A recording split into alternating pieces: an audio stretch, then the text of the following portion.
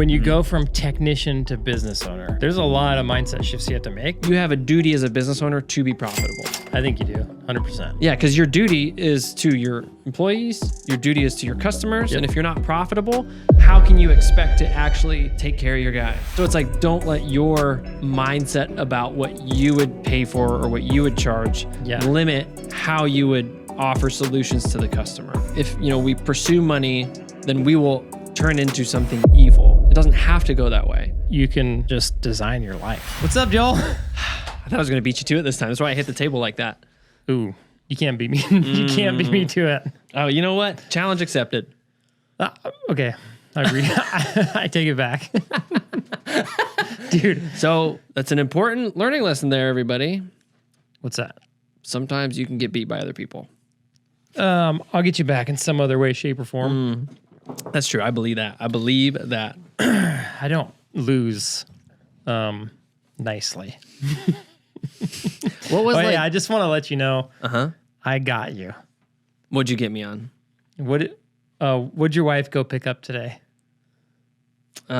She got groceries. You know exactly what I'm talking about. She picked up my mountain bike. Is what she picked up. It's just like the time you were like, I'm going to quit drinking coffee. And then I got you that time too. Oh, dude, I know. Except this time you had to spend way more. Yeah, drinking coffee was saving me money. This time buying a mountain bike cost me a lot. But hey, it came back, Yeah. Yeah. I mean, like I said, I made $1,000 buying that bike.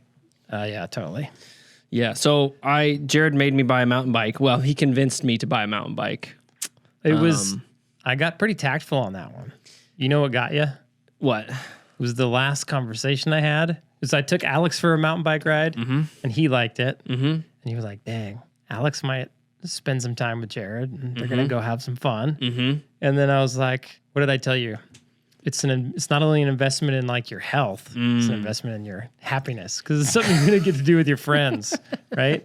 And you were like, the next day you were like, I'm going to go buy a mountain bike. I think it actually goes back to like, I mean, yeah, what you say is true. Yeah, I'm a pretty influential person. Like hanging out with friends is important. It is. It's very important. And I mean, a mountain bike's a good fun thing to do with your friends. But like that's like even a broader discussion of just like, I purchased a mountain bike because you kept bringing it up. My son would go on mountain biking. So I was just surrounded by this idea of mountain biking. And I was just thinking about it so much. And then I was like going over like, okay, what are the costs and the benefits? Okay, I don't want to spend that money right now. And here's the funny thing is I was like, well, I don't want to spend that money right now. But then I was like, but it doesn't matter. Like that's an arbitrary reason. Okay. So like this is like dovetailing into our conversation, right? Because dude. So this is an arbitrary reason because I have the money to buy the mountain bike. That was not a problem. But I put an arbitrary constraint on my life because I didn't feel comfortable with the amount that I was spending previous. So I was like, well, I don't want to spend anymore because that is just continuing this bad habit. We won't even call it bad habit because they're necessary spending. I just moved. So I dropped a bunch of money just moving. But it feels like your bank account's just going down continuously. And like, I got to start getting this thing up so I can get my life under control. And so I was like, I don't want to buy a mountain bike because I'm just continuing this cycle. And then the idea is like, it'll never stop and I'll have no money. But what got me at the end, well, one, thinking about mountain biking a lot, seeing it, you bugging me all the time. I put the seed in your brain. Yeah. And then I just happened to see that. I continually put the seed in your brain. Yes, you continually. And then I kind of watered it a little here. Yeah, you watered it here. Watered it a little there. You did a couple things here, did a couple things here. You showed me the benefits. You explained to me how this would be helpful and beneficial. And then to me, it's a no-brainer. Yeah, and then the final thing is I said, well, who cares if I spend the money now? I'm going to spend the money eventually. And if I don't spend the money now, I'm only limiting the time that I'll have to use the thing that I get. Yes. So I'm lengthening the time horizon to get to my ideal state, which is mountain biking with my friends and with my family and feeling somewhat competent at it so I don't feel like a total idiot. So So what are the lessons in there, Jared? Come on, break it down for us. Come on, it's now. cool. How does this relate to your plumbing business? I think it's cool. I mean, today we were going to talk about mindset. Mindset of a plumbing business owner. I think we should walk through the shift of when you go from technician to business owner, there's a lot of mindset shifts you have to make. But also beyond that, when you start, once you become a business owner, there's a lot of mind shift things that can hold you back in your business, like your mindset around marketing. And just like right now, I just seeded this idea in your head, right? Maybe I didn't, wasn't all my fault, obviously. Right. Sure, of course. But I played a small part in it. Right. But the ability to seed something in your head and then it bears fruit. Probably months later, right? This has been a long time that's been seeding and watering in your head, right? Yes. So, yes, we can talk about that. But yeah, we should start in like, you know, because when you're growing up in the trades, family's middle class, you have this certain way of thinking about the world and this certain way of thinking about money. And it's really tough to go into business. And you even have this certain way of thinking about people who are in business, right? Sure.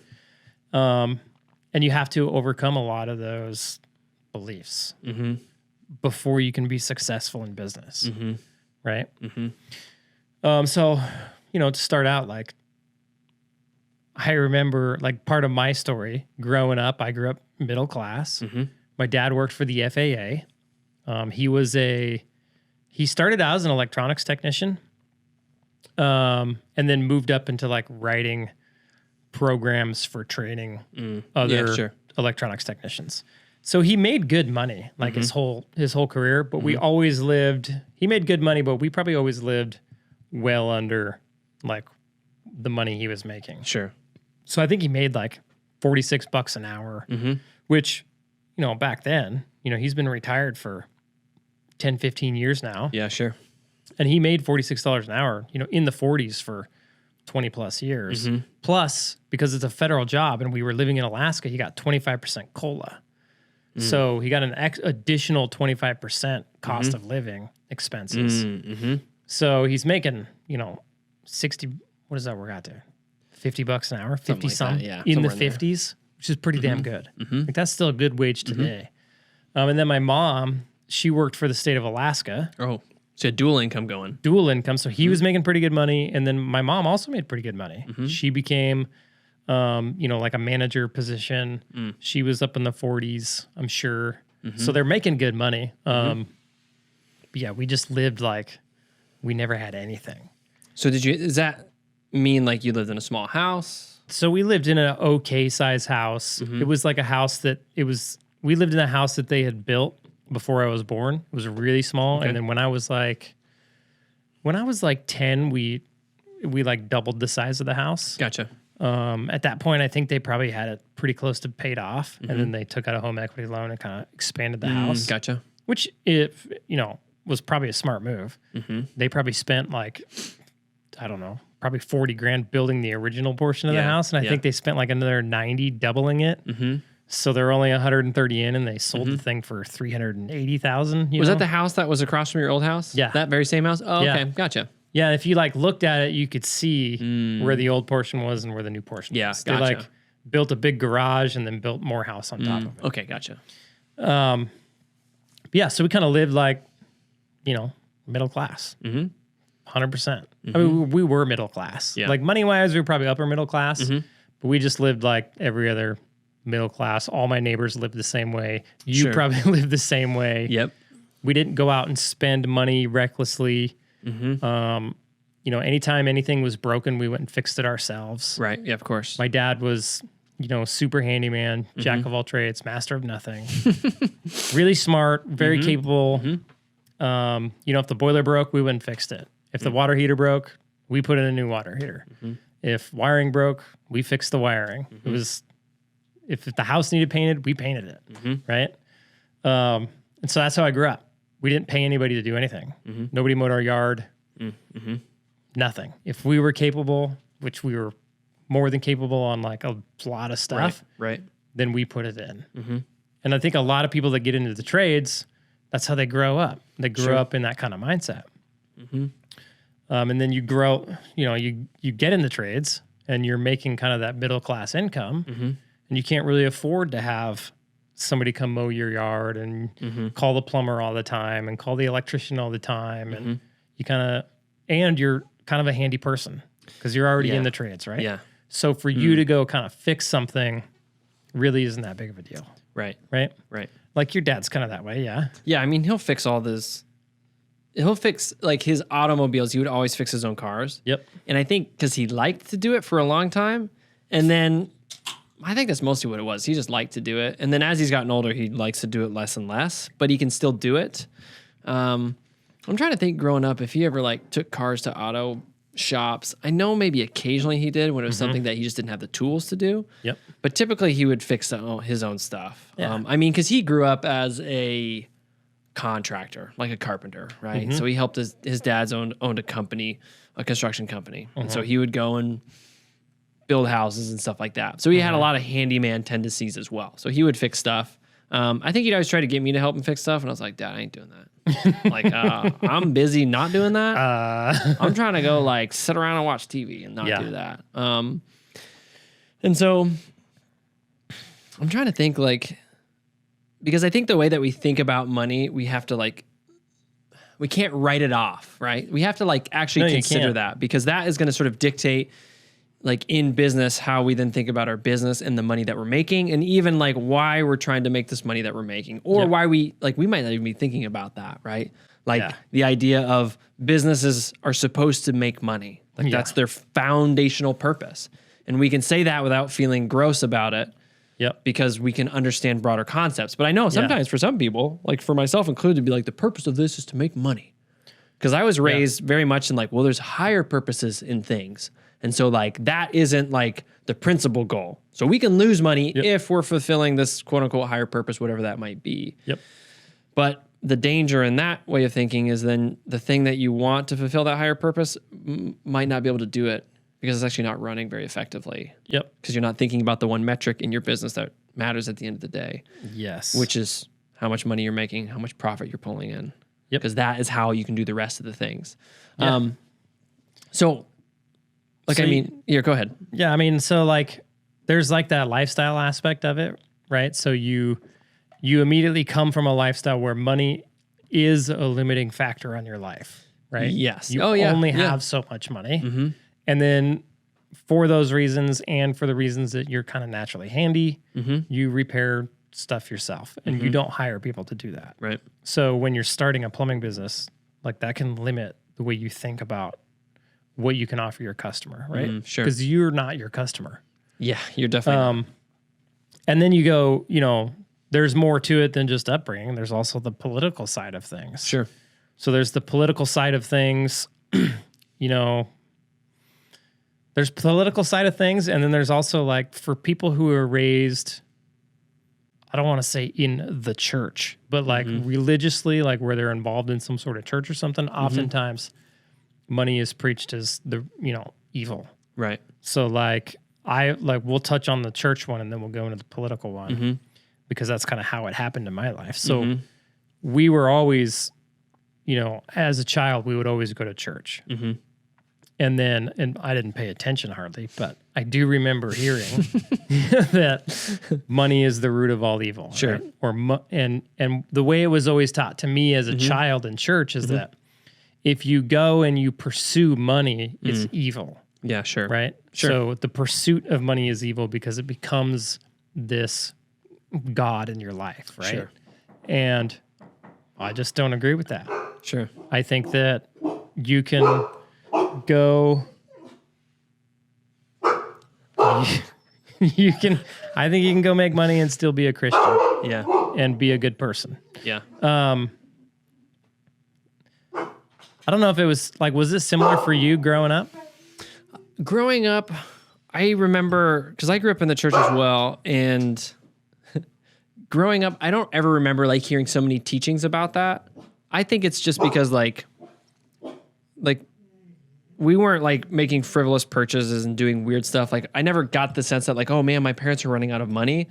I remember we had to move houses because we were living and it was too expensive. At least that's what I remember. Who knows what the real reason was? Nobody was communicating to little Joel why we're making these big moves, right? And I never asked. Yeah. But it wasn't really until I was older where there was sort of this, sort of what I was talking about earlier, where it's hey, if you want to do this, you want to do this, for Jesus. And then if you make money, that is just that part was the weird part. Because it's like, well, if you go to do this, like, because I just remember like even being uncomfortable. I mean, geez, we've only been at this for like a year or so. Like even like talking to people who I know, like within the church community, be like, yeah, like talking about you, be like, yeah, Jared's out there and he's making a ton of money in his thing, and people would be like they kind of have this weird hesitancy, like, yeah, is Jared gonna lose his soul because he's like he's gonna turn into like this guy who's like money hungry, and he's gonna lose all of his like foundations as a Christian and as a human being. Yeah. And then I'd always be like, no, I don't think so. Yeah. So there's definitely is this idea that if we pursue money, then we will turn into something evil. Yeah. And I think that's like a pretty strong binary that we have to understand that it doesn't have to go that way. Yeah. Now, granted, I think that I can pursue money to the detriment of other things in my life.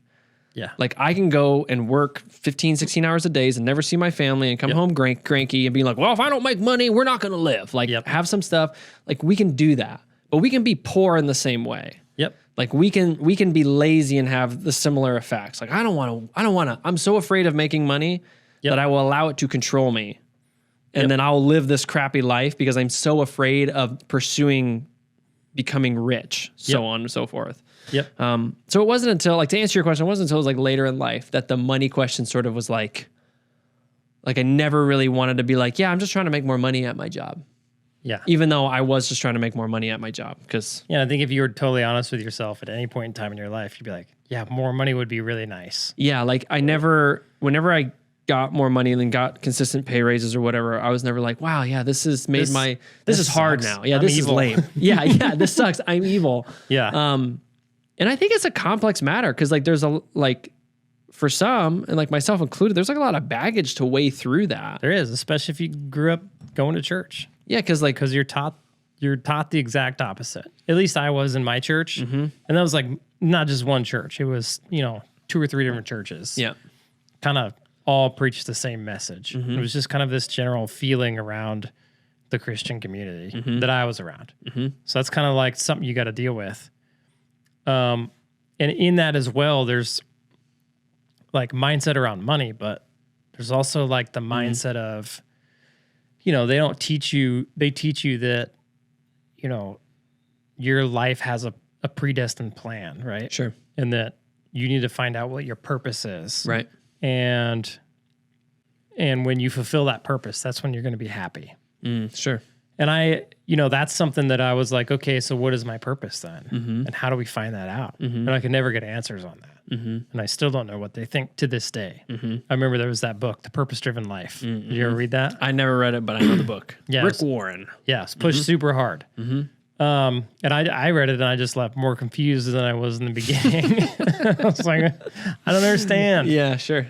And so like when I started business and I started making money and realizing like it wasn't that I had maybe it was a purpose of mine to grow a plumbing business, but it wasn't something that I had to go like seek out my purpose. It was just that I went and seeked out what I wanted. And so this whole idea of like that you can just design your life, that was a whole new mindset shift to me.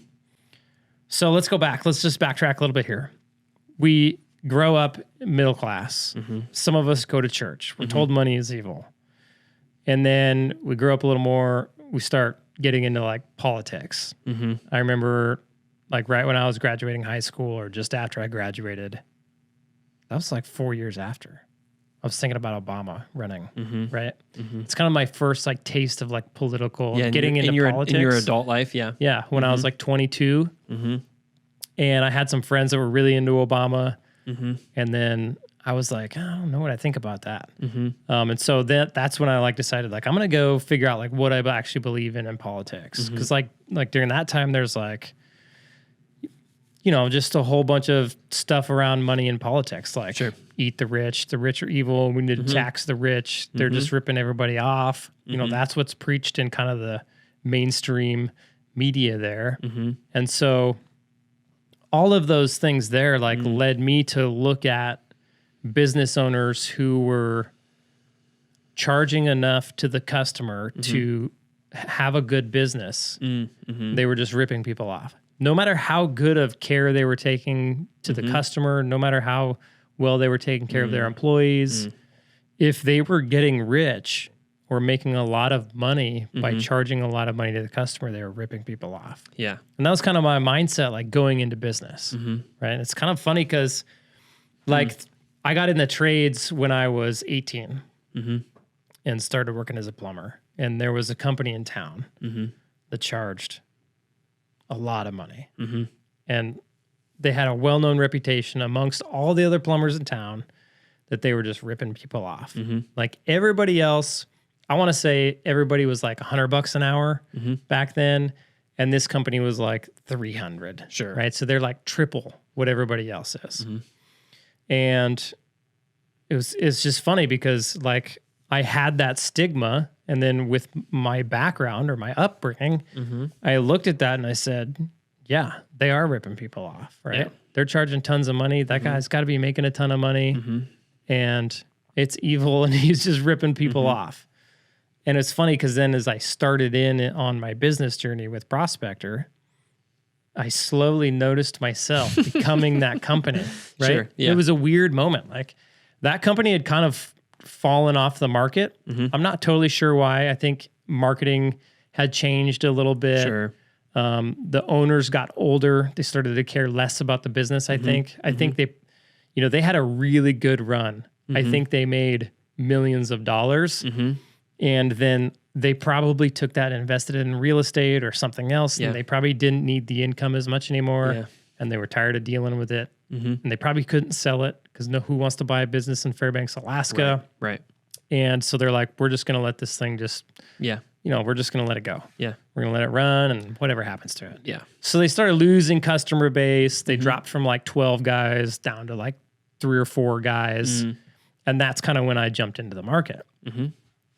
And so I remember the first time I like started seeing their invoices and some of them were cheaper than ours. And I was like, I'm just becoming the next Ultra. And I had that realization of like all those years that I thought that they were ripping people off and doing a terrible job. Maybe they were actually just providing a really good service to the community. Sure. And taking really good care of their employees and making sure they charge enough for it to make a profit. And it's not evil. And it's not bad. Right. Yeah. Just because they're charging more, you can't just write them off. Yeah. And that was a huge struggle in my head. Like when I first ran the calculation of how much it costs to run a plumbing business, like when I did it, it was the cost that it took me to run my plumbing business like from home. Right. And it was like $259 an hour, which was still way too cheap. But to go from, I was charging $140 to $259, I was like, nobody's going to pay this. Like, who's going to pay for this? Yeah, because you wouldn't pay for it. No, I wouldn't even pay for $120. Yeah. Right? So like when I would go to people's houses, when I first started out, I'd go to their house and I would give them an estimate. And I never thought about how can I provide this service that best takes care of the customer? I always came at it from a point of, this is broken. How can we fix it for as cheap as possible? Yeah, sure. Right? Yeah, like how can we cut back on expenses? Almost like money is our limiting factor here. Like, or it's the thing that we consider the most. Yeah, so we can go and yeah. And that plays a role in like 2 places. So you can go to your customer and there's something broken and you're thinking they want to spend as little money as possible. Sure. Oh, dude, so that's huge. Just assuming that that's what their thoughts are. So I'm going to give them the cheapest possible fix at the cheapest price that I can offer, right? Yeah. So it plays a role there, which is totally backwards of what you want to do, right? Instead, you should have the mindset of, this person called me into their home because I'm the professional. Right. And what they really want is they don't want to call you back. Yeah. Or they don't want to call anybody else. They don't want to call anybody, period. They wish it just just didn't break. Yeah. Right. So ideally, you would answer your phone. Ideally, you would just show up when the problem arises. You'd knock on their door when they realize they have the problem. And it would be, you would fix it and you could guarantee them that no problems are ever going to happen again. Right. Right. And they wouldn't care how much that cost. Right. If you could make that guarantee, if they could pay you 10 grand and you could make that guarantee, they'd be happy. So in reality, you want to go into their house and do your best to give them that guarantee. Yeah, sure. Like, as much as possible, go in and Right. look at the whole system. Come up with why the problem happened. Don't just fix the problem. Fix this, don't just fix the symptom. Fix the root cause of the problem. And if they need new equipment, if it would benefit them to have new equipment, offer them new equipment. Yeah, without running a price calculation in your head to sort of prejudge what their answer might be. Yeah. Because what you're doing is you're just doing that out of your own perspective. Yep. You're not, because you don't know what they're thinking. Like you could walk into a house that you go, they don't have any money just by the way that this house looks and by what I see. But come to find out, they might have a ton of money. And like, they might not have much money, but they might be willing to spend that money to have their problem fixed in a way that it's long term, right? It's a long term solution. But so it's like, don't let your mindset about what you would pay for or what you would charge limit how you would offer solutions to the customer. Exactly. Like you should be pitching the same solutions to any customer because you just don't know what they want until you actually start to get into the weeds and have the conversations. But you're still coming in as like, I'm just trying to solve your problems, man. Like price isn't even in my head now because we need to figure out how to fix all these things. Yeah. Like I think we brought up like the example of like, which is more extreme obviously, but like if you go into a doctor's office, if the doctor were to say, hey, so let's just do a price breakdown first before we talk about fixing any of your issues. Yeah. I'm going to let you know like that hip replacement, really expensive. So maybe we should just start with something cheaper. Or if the doctor's like, let me find all your problems and then we'll talk about the cost later. But let me tell you all these things. Like we would want that. Yeah.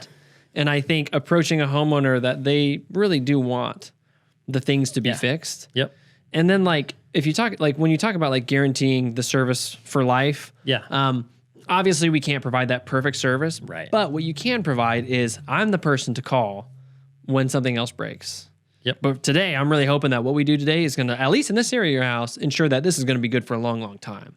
Yeah, and it's not that you have to like fix it to that level or replace it to that level. It's that you have to offer that to the customer and then let them decide, right? It's so I always tell my guys, I tell them, I give them the example of the toilet flapper. Of course. It's my example for everything. Like somebody calls for a toilet flapper, we can go in and just replace the toilet flapper and bill the customer and get out of there. But what if they wanted a new toilet? Or what if they needed a new toilet, right? So put the choice in their hands. It'd be like a doctor coming at you. Like if you went in and replaced a flapper, but yet there was a leaky angle stop on that toilet and you didn't say anything about it because you were worried about how much that was going to cost. Yeah. It'd be like a doctor coming to you and you having to get some procedure done and he opened up your leg or something and he's in there fixing the problem and he notices you've got like a tumor that may be cancerous. But he's like, ugh, and he just sews you back up, right? Sure. I don't want to let him know because that's going to be expensive. And then 2 years later, you find out, oh, I got cancer. And nobody told me. 2 months later, maybe. Well, you got a tumor in your leg. You're like, my doctor was just in there. Should he have seen that? And he goes, and so you go back to your doctor and he's like, oh yeah, I saw that in there, but I didn't want to say anything. Yeah. You'd be pissed, right? Because I'm worried. Because in my mind, the price is a limiting factor. Yeah. And I didn't want to upset you with the price. Yeah. Or I didn't want to upset you with bad news or whatever, So yeah, that's one area of it when you're going into there and like that can affect your mindset. And what's funny is your technicians are going to deal with that as well. Yeah. Especially if you're getting technicians that aren't super used to charging like flat rate service fees that are more expensive. They're going to have a hard time going in. How much work did you do with your technicians about helping them with their mindsets? Because they, chances are, had the same, very similar upbringing and mindset to you. Yep. And your technicians need to be on a similar mindset page so that they're comfortable doing what they're doing. So how have you sort of helped their mindsets? Yeah, it's something that we have had to be really intentional with because all of our plumbers came from... couple of them came from service world, but it was commercial service. And then the rest of them have come from just commercial new construction. And so they, none of them have ever in their whole career charged what we charge to the customer. Sure. And so number one thing that helped when I learned to truly believe in my own pricing, that's when it was like they noticed, right? When I was like, it's kind of expensive, they notice, and it rubs off on them. Yeah, sure. And then it rubs off on the customer. But when I was like, this is our price, end of story, right? And I really believed in it deep down inside. That's when they started to believe it. Maybe before we even get there, like, because as people listening to this, they begin to raise their prices because they do a pricing calculator, whatever it is, they're going to have that same moment of like, holy moly. So like, how did you sort of get your mindset flipped around this? I don't want to be the expensive guy ripping people off because that's bad, or I don't want to be profitable because that's bad. Like, how did you slowly begin to the point where now you're just like, I'm very confident in my prices, even to the point where now you're very confident to be like, y'all should be more expensive? Yeah, for me, it just came to a point where it was like I had a pretty decent sized business and we weren't making any money. Oh, sure. We were losing money. And I was looking around and going, I have all of this risk. And at this point in time, it's like, if I continue to go down this road, then why am I doing it? Right? Why am I in business if my business doesn't make any money? Sure. And then you start to think about how much risk that is, like how much additional risk it adds because you're not making money. It's astronomical. So like not making any money, and then like I've had a guy go in and flood a basement. It cost me 25 grand. If you're not making any money, where's that 25 grand come from? Your pocket. Exactly. Or your credit card or Right? a loan, or You're sitting there busting your butt for this business day in and day out, spending your life and all of your brain power and everything on the business. And you have other people's families involved in it, and it's not making money. Why? right. That's when I was like, you know what? Screw it. Yeah. So This thing's got to make money. yeah. So like within that, like, because that's positioning profit, having a profitable business as almost this, this might be too strong of a word, but it's almost like an altruistic perspective where it says, hey, me being profitable is really benefiting everybody. It is. Counter to the opinion that the profitable business owner is just the guy who's trying to make himself rich so that he can live a luxurious lifestyle, and whatever we think of when we think about that. Not that there's anything wrong with that, though. Yeah, true. I know. I'm just like positioning it as a point, like when Yeah. we view it in that way. Yeah. But to push against that, to be like, well, no, it's your responsibility as a business owner to be profitable, because people who work with you and who work for you Yep. are depending upon you doing that, which is sort of, okay, so this is ironic, this thought here, because the same people within companies will go, man, it's really lame that the CEO of this company is profitable, but I really appreciate my paycheck and I kind of want to make more money. Yeah. Because, I mean, that's really our thoughts, right? Like, I don't know It is. anybody who would work at like Amazon or any of these companies that people are always railing against these billionaires or whatever. And they're like, man, it's so lame they make more money, but I would love to get a pay raise. And so the answer would be like, yeah, man, if I'm profitable and you have merits, I can give you a pay raise. Yeah. But if I'm not profitable, then you can't get a pay raise. Yep. And then obviously there's a conversation of like, well, how come they can make all that money and they don't spread it around? And I mean, that's like, in my mind, like, who cares? Who cares what they make, right? It doesn't really matter. But the whole idea is that you have a duty as a business owner to be profitable. I think you do. 100%. Yeah, because your duty is to your employees, your duty is to your customers. Yep. And if you're not profitable, how can you expect to actually take care of your guys? How can you take care of your CSR? So can you take care of your customers? You don't only have a duty to your customers and to your employees. You also have a duty to yourself and your family. Like, I think that's where it has to start. Sure. Because I'm a big fan of, if you don't have your own house in order, you ain't going to get anything else in order, right? Yeah, sure. So I think it starts with you being okay with, yes, I'm in business to make money so that I can better support my family. Right. And then as a result of that, because I choose to do business in a way where I'm actually profitable, the benefit of that is now I can actually take care of my customers, right? I can actually afford to slow down, take good care of my customers, put pieces in place, systems in place, tools in place that allow me to take better care of my customer, which only allows you to make more money. Right. And then second result of that is now I can take better care of my people. Right. So it's a win-win-win. But it all starts with you making more money. Right. And I think, because you can't go the other way around. You can't say, I'm going to make a really good place for my people and I'm going to make a really good place for my customers, but I'm not going to make any money. Right. It doesn't work. Right. But if you start with, I'm going to make more money because this is a business and this is what needs to happen for a business. I'm in business to be profitable so that I can support myself and my family to the best of my abilities. How do I go about making a really profitable business? Well, I need to charge what I need to charge in order to make a profit.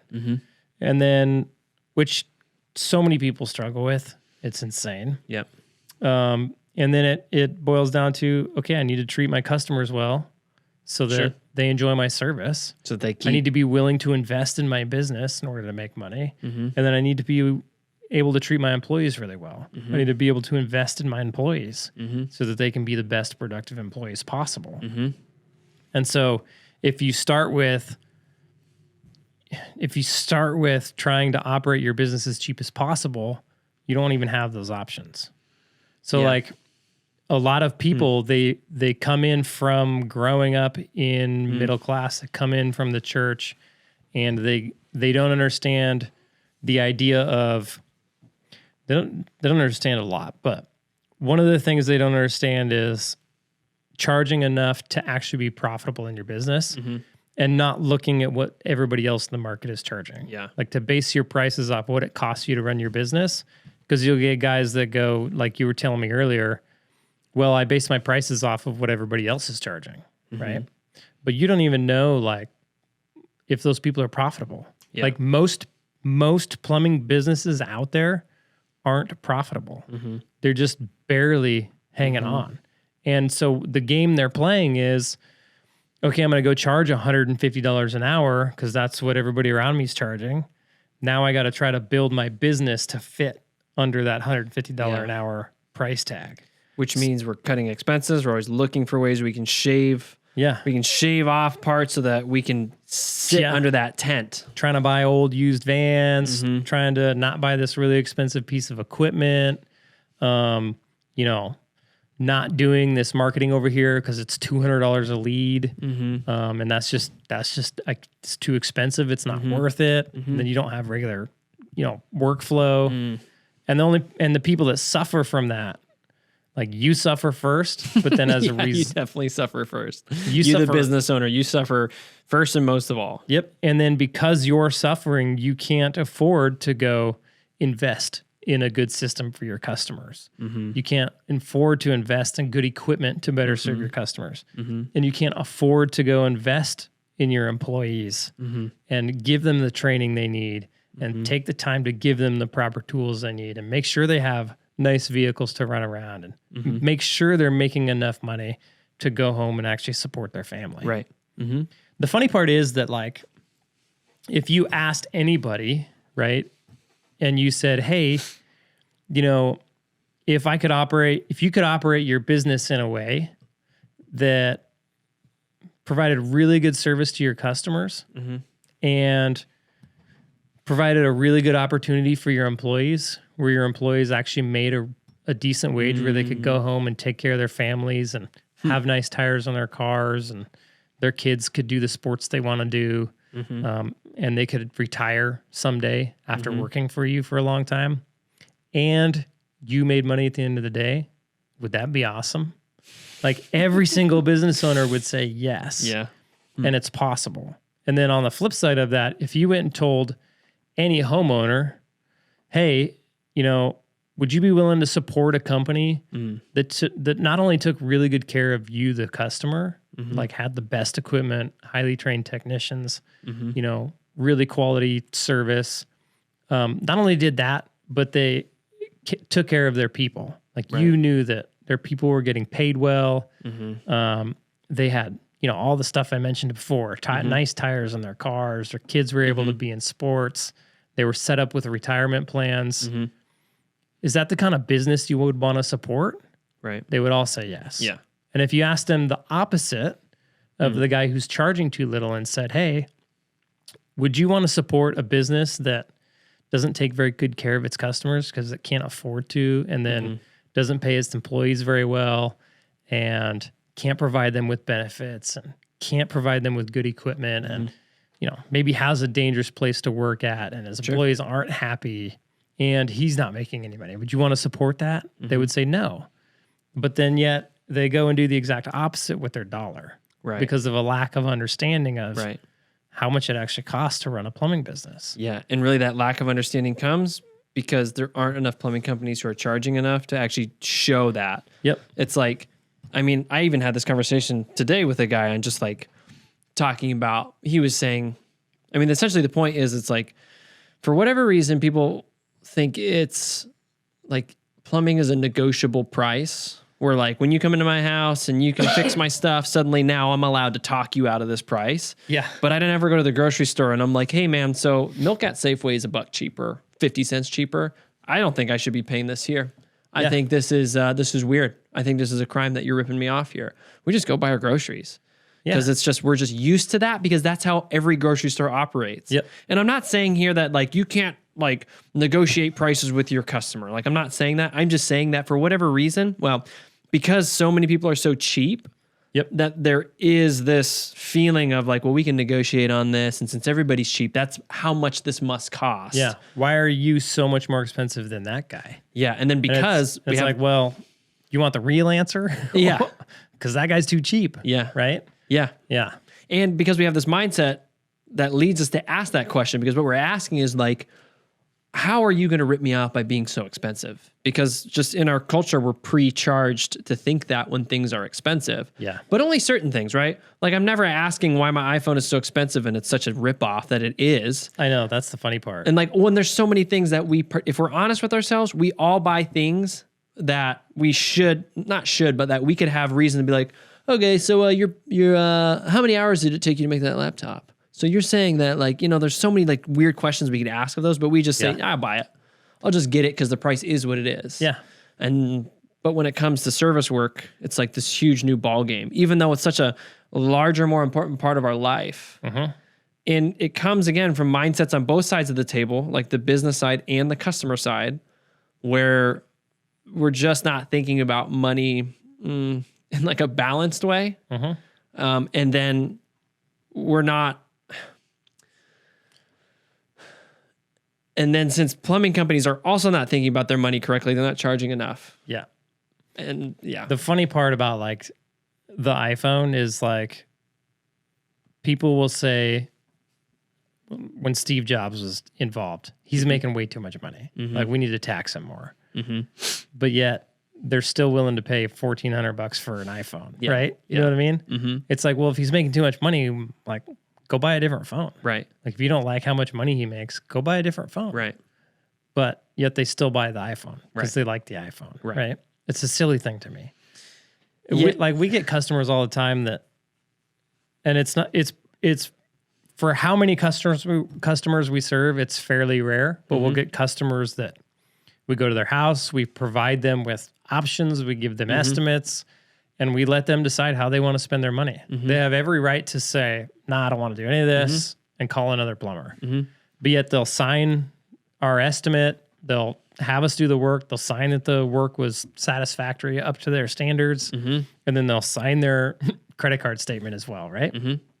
And then they'll reach back out to us and want to know, why was this so expensive? Like this seems out of line, and I want to break down on parts and labor. And I'm like, you want to, like, there's way more that went into this bill than just the labor of the technician and the parts that we installed at your house. Yes.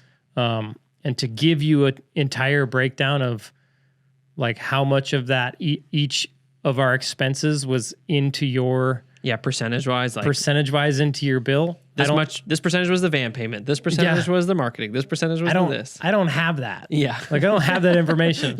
I could spend hours working that up for you, but I really don't have that information. Right.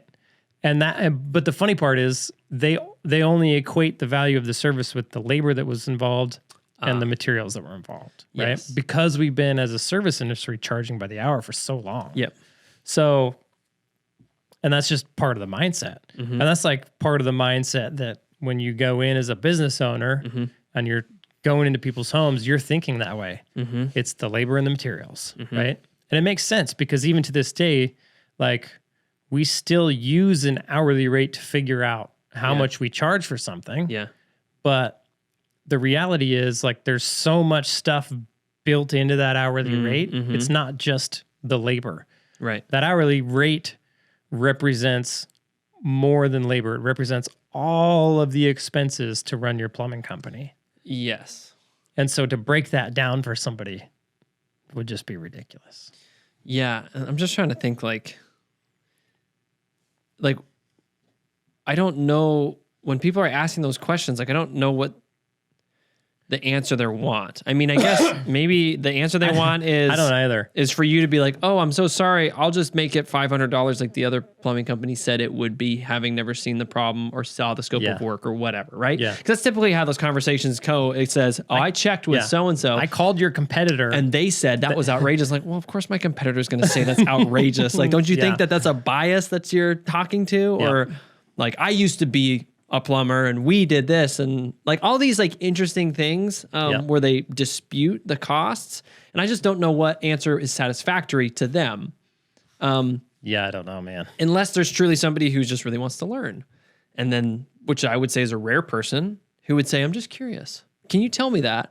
And then you'd say, yeah, I have to give you this entire breakdown of my business. And they might be like, oh, I actually never considered that. Because they wouldn't, I've tried that.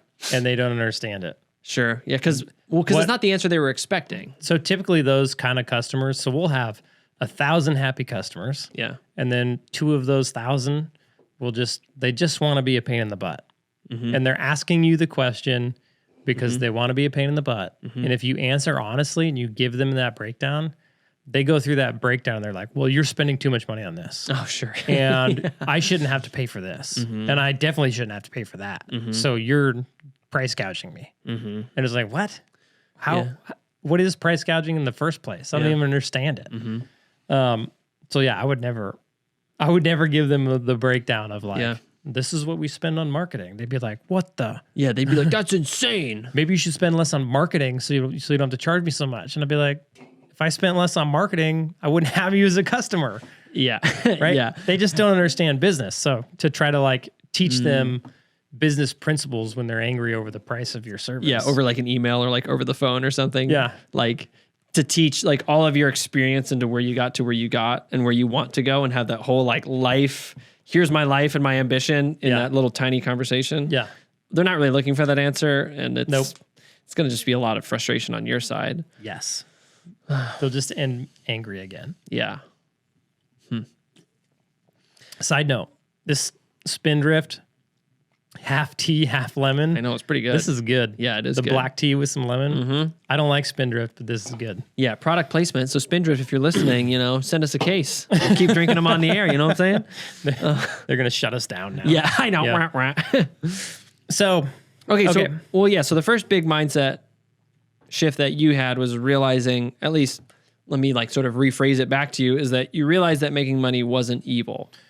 Yes.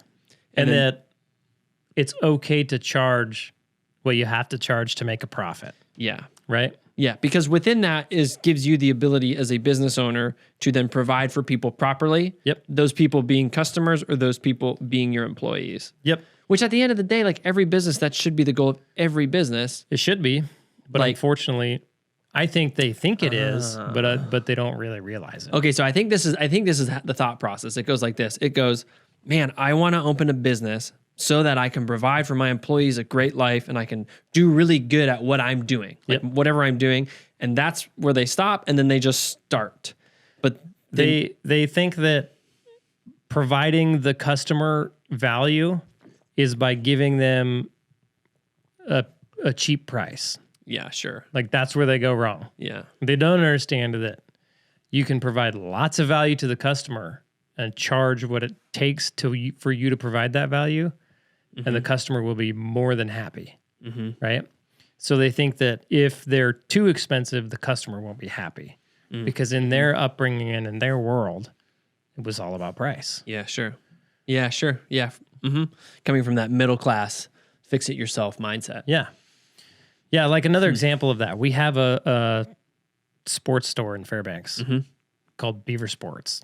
And they're like high-end sports gear, nice bikes, name brand bikes, mountain bikes, road bikes, outdoor equipment, all name brand stuff, outerwear, all name brand stuff. And I heard all the time like, oh, they're just ripping people off. Yeah, sure. But in reality, so I actually got a job there when I was still in high school.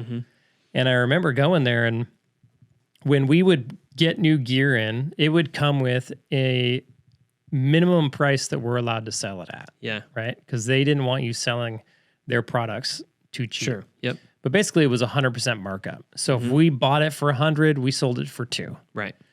50% margin on it, gross margin, 100% markup. And I remember thinking like, oh, all these people think that Beaver Sports is ripping people off, but really they're just doing the minimum pricing they're allowed to do. Yeah. And it was funny to me. Yeah. And then as I worked there, I learned a little bit about the products, and I'm like, oh, these products are actually more valuable. Yeah, you can go get a bike from, Fred Meyer down the road for $100, or you can come to Beaver Sports and get one that is like 10 times the value for only 4 times the price. Sure. And even if it's just 4 times the value for 4 times the price. Right. Like I started to understand at that point, like this is a way more valuable product. That's why it's a higher price. Right. Sure. And so that helped me out when I was starting my plumbing business, going, okay, it's the value of the product that we're delivering that dictates the price. It's not everybody's not trying to get the cheapest price. Just like everybody's not going to Fred Meyer to buy the $100 bike. Right. Not everybody is buying whatever cheap phone is on the market. Yeah. Tons of customers came to Beaver Sports to get the nice bike. Yep. Like we were selling like $2,000-$3,000 bikes. You just bought a what? $4,500 bike? I did. Yeah. Why? Well, because I wanted. Well, because I told you to. Yeah. I mean, yeah, but you. Like I like to buy things. Like now, I like to try to buy things once. So if I bought a $2,500 bike, one, you'd be like, "Why'd you buy a $2,500 bike?" Because the whole point behind that, you'd be like, "You're just gonna have to buy a $4,500 bike down the road. You're just gonna outgrow that $2,500 bike." Yeah, and so now you're actually gonna spend more than you would previous. So for me, I was like, "Well, I might as well just enter into this point where this will last me a long time. It's more expensive." I'll have more fun. There'll be more value to it. It has more of the things that will allow me to grow into it and go beyond what it can do. And then I won't have to spend more money later. Because typically things of value are better. That's what your customers want. Yeah. Right? That's what, Isn't that funny? That's kind of like what all those things you just said. Yeah, because typically maybe the handyman who's going in there and charging dirt cheap. I mean, everybody knows there's a reason why he's so cheap. Because things aren't as good as they could be. And that could be like, materials and like sketchy things. And it could just be like his appearance, all those things, the way he thinks about his business because he's charging so little and he doesn't have the proper qualifications. And like everybody would be like, yeah, I'd much rather have the one thing that I don't have to touch. Like this goes back to the same example of if I can get my stuff fixed forever, I'll pay more to get it fixed forever. I'll spend more on an expensive bike so I don't have to buy another bike later and spend more money. That's exactly what your customers want. And so it's kind of crazy. Yeah, and it's funny because it's like you knew that even when you were probably still thinking like, oh, this other plumbing company's ripping people off. And yet you had an idea of what value was in your head. And so like I think being aware of our mindsets is really important because they always need work. Like we're always going to be thinking about things probably not 100% correct. And I think if we get into the moments where we're like, no, I'm really sure about this, we should still be open to the ideas of like, okay, well, what am I still missing, right? Like, what am I still closed off to, or what new ideas, or how am I thinking about this that's limiting me? Yeah, it's hard to think about though. Super hard to think about. If you about. don't have outside influence on your own brain. Yeah, it's like why it's like why I'm such a fan of like paying for coaching or classes or any of that kind of stuff because you get to go learn stuff that you didn't know existed. Which opens whole new worlds in your brain, right? And then which opens up new possibilities and new ways of thinking. And you start to understand like how your thinking was holding you back. Because there's like things that, like I was watching an Alex Hormozy video yesterday, and he broke it down like there's things holding you back that you know about, then there's these things that you have no idea about that are holding you back. And you don't like you don't even know you're being held back, all because of something, the way you believe about something. And so if you can identify those things, and like so for him, when he was laying it out, he laid out like an example of this one thing that he was going down this path, and somebody came into his life, was like, have you ever thought about it like this? And he was like, holy moly. And it completely changed the projection on his life, right? Went from, you know, I think making a couple $100,000 a month to making, you know, 9 figures a month or 8 figures a month. So huge, like mindset. Even over the last, you know, for me personally, the whole business journey of growing a plumbing business and scaling a plumbing business and then moving away from a plumbing business, huge mindset shifts. Huge, that have had massive changes on my life, right? And then even, you know, I've paid for tons of coaching since then. Over the last year, I've probably spent, you know, this year alone already, I've already spent $126,000 on coaching. And then last year, I probably spent, I don't know, 80 or 90,000 on coaching. And just the amount that I have learned over the last year and a half has been absolutely unreal. I mean, it's been life-changing. It's completely changed what I'm doing today. Right. Because of the information I learned a year ago. Right? 100%. Like I didn't even know. Let's put some examples behind that. Sure. My plan now for the future is to, like, the ultimate plan, and how I get there, I'm not quite sure yet. I'm still fleshing that out. But the ultimate plan is, okay, I want to educate as many plumbing businesses as we can over the internet, give away all the information for free, talk to them about mindset, talk to them about pricing, show them all the stuff that I've learned over the last few years growing and scaling my business. Eventually, you know, if they need help and they want help, offer them coaching. So we've got our coaching program where you can come in and you can get the help you need. And then we're basically, everything that we give you for free on the YouTube channel is just boiled down into step-by-step, succinct information so that you can go from where you're at to where you want to be much faster. And then we give you the help you need, the guidance you need via coaching. So you can come get that help, but like my ultimate goal at the end of the day is I want plumbing businesses to come to me and say, hey man, I want you to invest in my company. I'm at this dollar amount here. You know, I've got this many employees and I want to go to here and I want to bring these people in and I want to invest in their company via, they give me a portion of their company. And then I personally help them grow their company to, you know, maybe we go from 5 million to 10 million, help them go from $5 million a year to 10 million, and then take those companies and lump them together and then go sell them. So if we can lump 4 companies together under one umbrella, all of a sudden we can sell those for a much higher multiple because it's going to attract a bigger PE firm. Right. And there's PE firms that are looking for businesses that, you know, have more revenue and more profit margins, right? They operate in that realm. So basically we become a PE firm for, you know, we become a PE firm of smaller companies, basically. And so I'm looking at that, okay? And so in this learning, like like I've learned all about the internet. like how to use the internet, how to monetize the internet. How to use the internet. Like we've started, you know, posting. We post twice a day on all the social platforms. And like, we learned how to take that and monetize it. And then I learned how to use a camera and how to shoot on a camera. And now we have a full podcast set up, like learned microphones and plugging them in and sound equipment. I learned what like sales funnels and sales teams and closers and setters are and all this stuff that led up to be able to create a course and then be able to create a advertisement for that course and how to advertise it out to the internet. And then on the back end, how to like sell that to somebody. And then how to get them into the course and make sure they get the information they need to be able to be successful, right?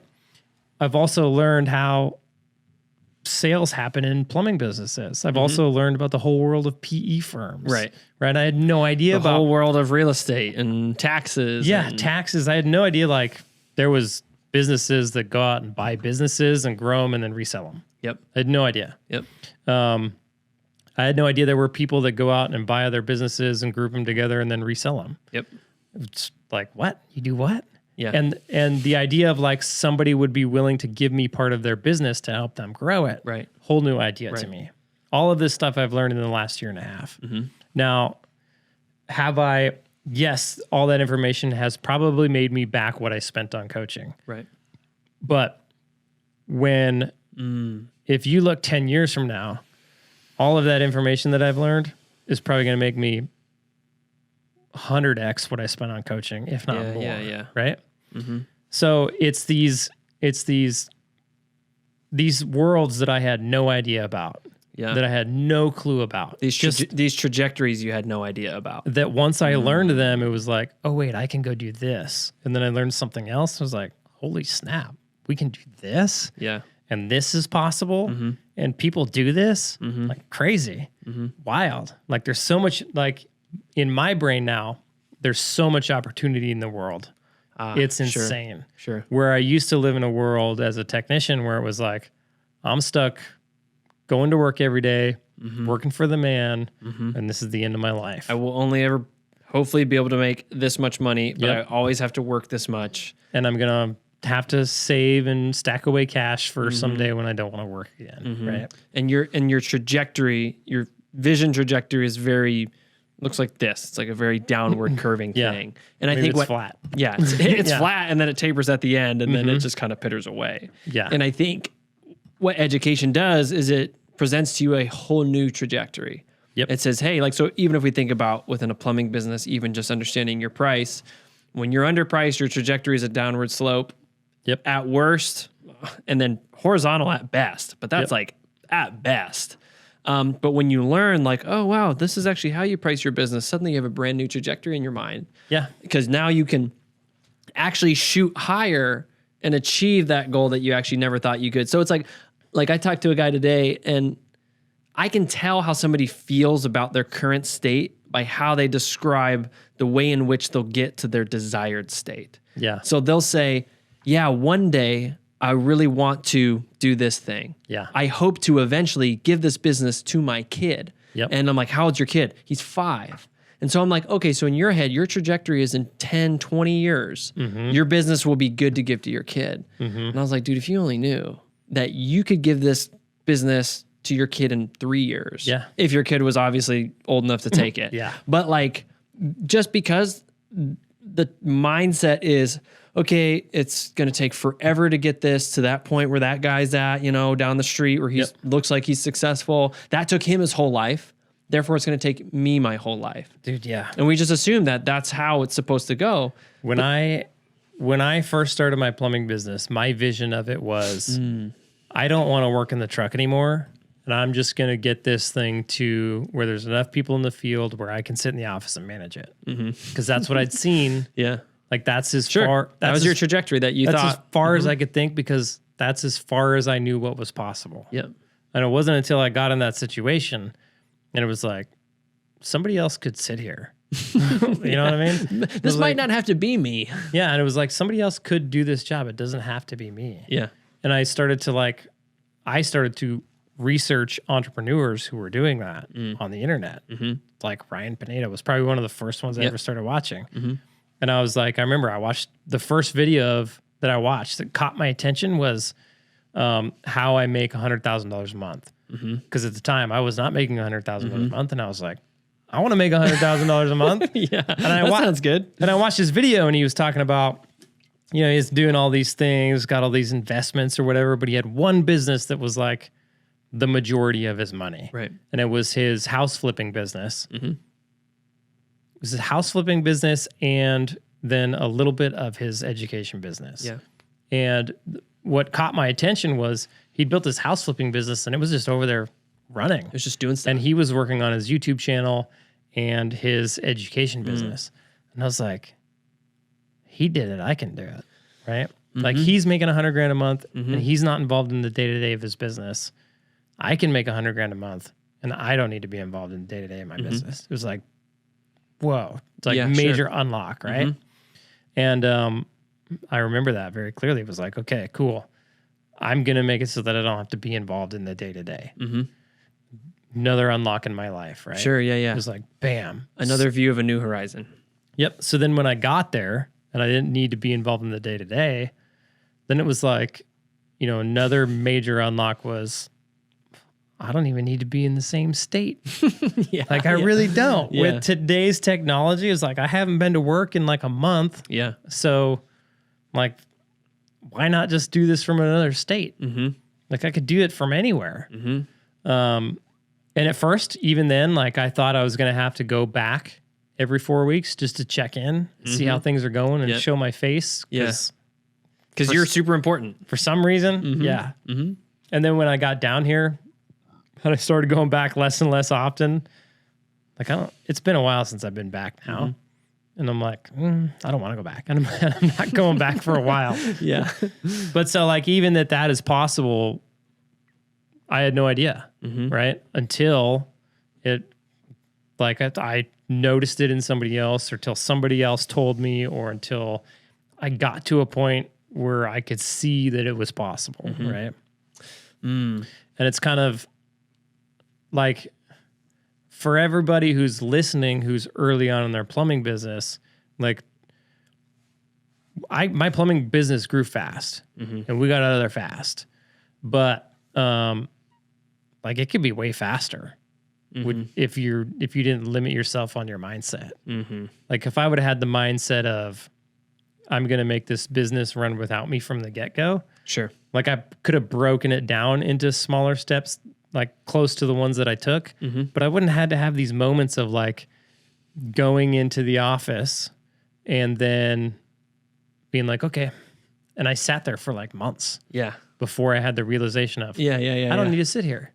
Right. And that realization came because you learned something. Yes. Like it was an educational moment that shifted your mindset, because to me, the next natural question is like, okay, Jared, this makes sense, but like, how do I even begin shifting my mindset when I don't even know what my mindset may or may not be? Like I have inclinings, but I don't know the details. I've never thought about it. So what are my first steps to like knowing what I don't know? So like for me, it started with just doing things. So pushing to be better.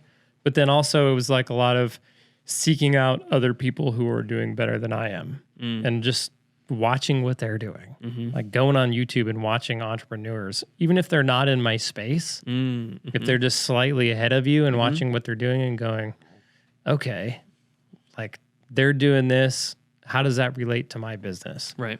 Or if they can do it, I can do it. Right. Sure. Yeah. If they can grow a house flipping business, that sounds way more complicated than a plumbing business, to, you know, $1 million a year in profit and not be involved in the business every day. I should be able to do that with my plumbing business. Right. Even though if I would have told anybody in my life at that time that that's what I wanted to do, they were like, are you sure? Is that possible? Yeah. Or you're just ripping people off. Or is this the right thing to be doing with your life? Yeah. There's that too. Like when I decided to go for it and I was buying vans and hiring guys and you'll get your family and your parents, your brothers, your friends. They're all going to be like, are you doing all right? Yeah. Are you okay? Are you sure you shouldn't slow down a little bit? Right. And yeah. That's like, I would watch out for that bad.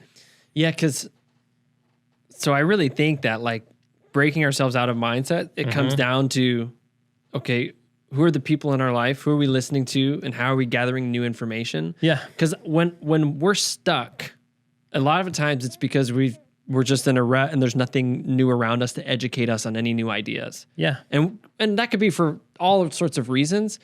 But every time I've seen your mindset shift, it's usually because an outside force has been like, hey, Jared, you haven't thought about this right. Yeah. Or you've read a book, or you've done this, or you've sought knowledge and information. Yeah. And so like we can't ever sleep on gaining knowledge and information. Yep. Which I just had a mindset shift yesterday or this last weekend.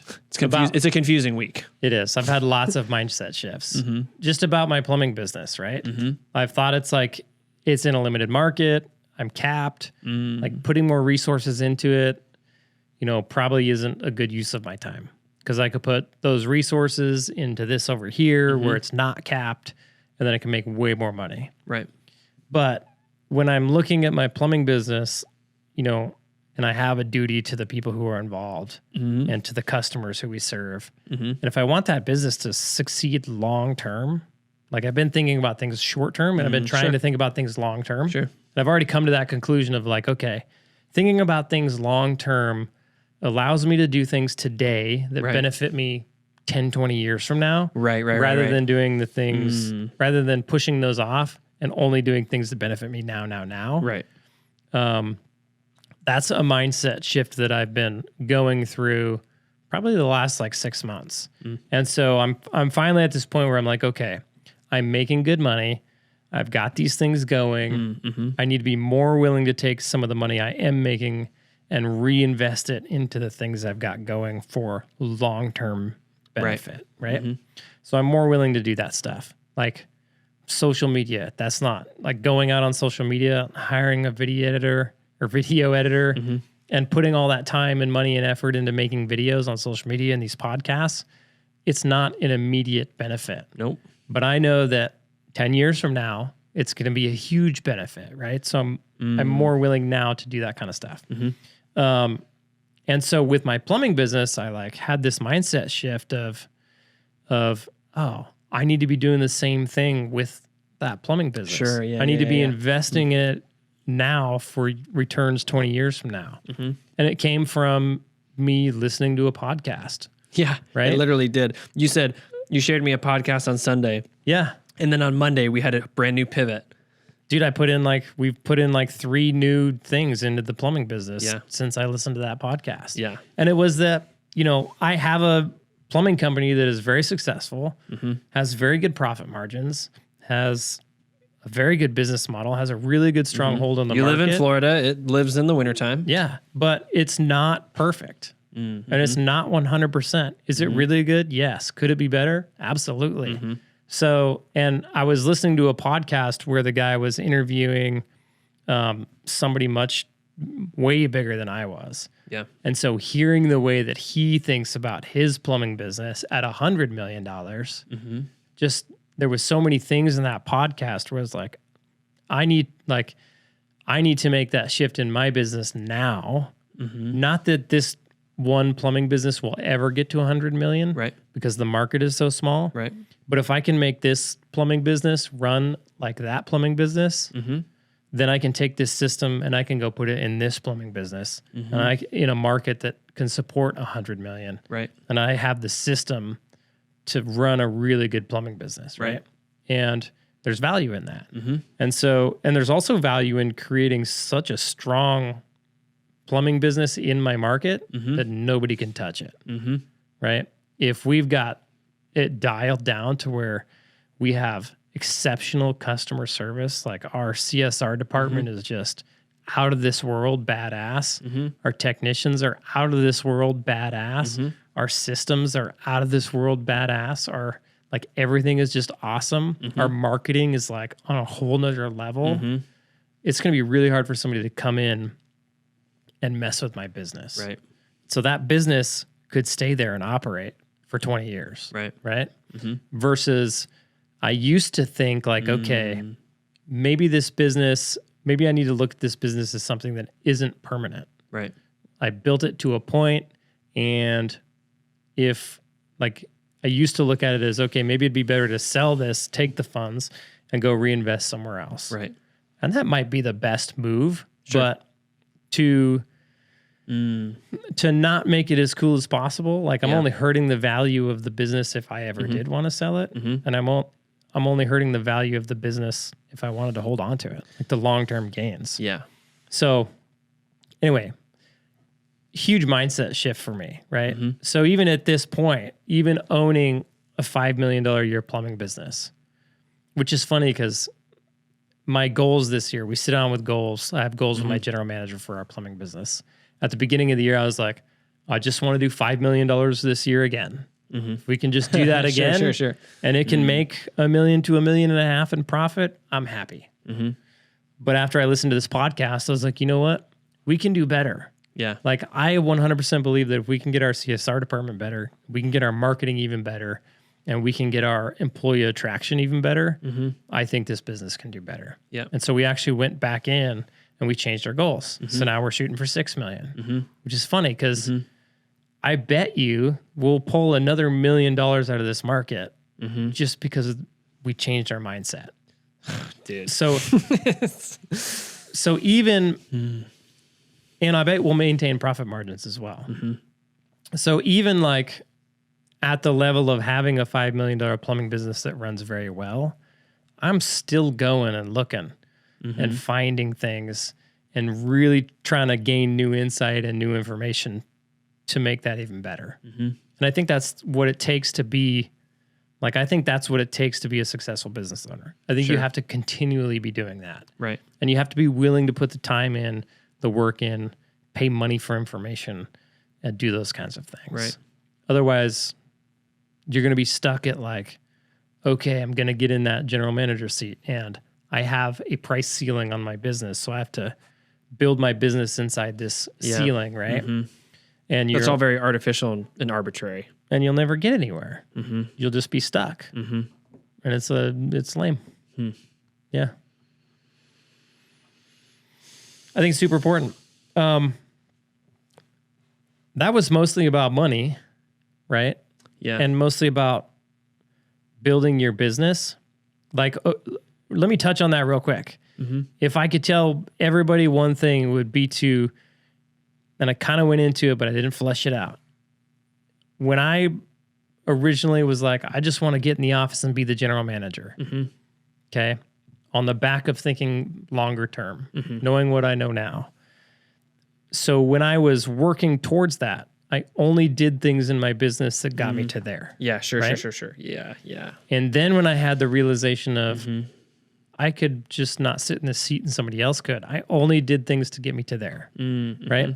Versus had I thought bigger from the get-go of like, okay, I want to turn this into a $10 million plumbing business that has management in place and I can live in another state, I would have gone out and done the research and found like what it takes to get there. And I could have started putting those pieces in play from the beginning, right? Or at least having that in the back of my head. And it would have saved a lot of headache, a lot of rework on things, a lot of the things that I did that were good enough. And I probably would have just put another 5 minutes of effort into it to make it so that it was good enough for my end goal instead of, because as your end goal gets bigger, like that requires more work and more, stuff involved. And so it would have been so much better had I just thought big, because then my actions would have reflected my thinking rather than thinking small and having small actions, right? That'd be my advice to anybody. Think big and then just start doing, like taking the actions to get that big. That way you're not, your mindset of like where you want to go isn't limiting you in the actions you take on the daily. And just by thinking bigger and then taking actions to get there, even if you don't know what they are, even if you got to go figure them out, you'll naturally unlock things in your mind a lot quicker. Right. You'll find yourself stuck a lot less that way. I think that like a huge takeaway just in this conversation is really like, okay, because everything starts with your mindset. But I think what happens is we get into these conversations where we're like, hey, I'm stuck in my plumbing business because I don't have enough leads, or I can't hire anybody, or I can't do this. Like we're identifying symptoms. And I think a lot of the times those symptoms will eventually track back to how are you even perceiving your business? Like there's a concept that's in your head that is not correct that you need to work with. And that could just be a mindset, like the simple concept that we're just talking about mostly is, having a valuable product so that you can charge properly. Because if you don't even think that yet, because you don't believe that yet, then it doesn't, like, you won't get very far. Right. And so the whole thing is like, we always have to consider our mindset, and we always should be trying to educate ourselves on improving our mindset, learning more about our business and just business in general, because that will be helpful. I don't care what business you're in. Business in general is still businesses in general. Yep. Right? Like you might not be able to go to Barnes & Noble and be like, oh, plumbing business book, boom, and pull it out of the shelf and like thumb through it and see all the answers. Yep. But if you pull out like, oh, I'm going to read like, I don't know, I'm going to read Warren Buffett. Like, what did he talk about? And you just start to inform yourself about things. Like what happens is you learn how other people think. Yep. And then you go, oh man, if I thought like that, what would that do in my situation? Yes. Because in business, so many things transfer. Because at the end of the day, all we're doing is solving people's problems. Yep. And we're trying to do it the best we can. Yep. And then we're trying to make money by doing it. Yep. For all the reasons why we do that. Yep. And that's just, so much of it comes down to how we think about it. Yeah. Ken Goodrich said something good on an interview I watched the other day. He said, we are in the, he was relating it to the HVAC business because that's the business he's in, but it's the same thing's true for plumbing business. So he said, we're in the business of buying and reselling skilled labor. And it's such a valuable way to think about plumbing business because that's really all you're doing. Sure. I mean, at the core of it, like that's what you're doing. You're buying and reselling labor. So what does it cost for you to buy it and then resell that labor plus a profit percentage, right? And that's how you need to think about your business. It was a good little twist on what is your business really doing? Like, what are you really selling? Yeah, sure. We sell skilled labor. That's what it is. That's what we sell. So just like Taco Bell sells tacos, we sell skilled labor. Just like, I don't know, Vans sells clothing, we sell skilled labor, right? The business at the end of the day is still the same. Yes. Yep. Exactly. Yeah. Like Vans markets for t-shirts. We market for skilled labor, right? Yeah. Vans prices their t-shirts based off what it costs them to produce this t-shirt plus a profit margin. We price our plumbing business off of what it costs us to buy and resell this skilled labor plus a profit margin, right? So if you can view it that way, all those business books you go read, all the business stuff you go look at, they all start to fit. They all start to fit. Because at the end of the day, we're just selling a product and the product has a cost and we got to market it and it's the same thing, right? Same exact thing over and over. It's kind of cool. Yeah, I think so. Because then it unrestricts like how we go about finding new information.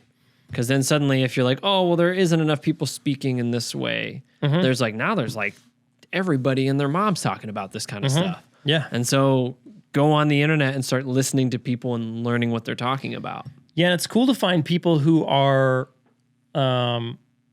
slightly ahead of you. Yes. Like, just like I shared that story of Ryan Pineda, like he at that time had a business that made him $1 million and mine was only making me, a few $100,000 at that time. Right.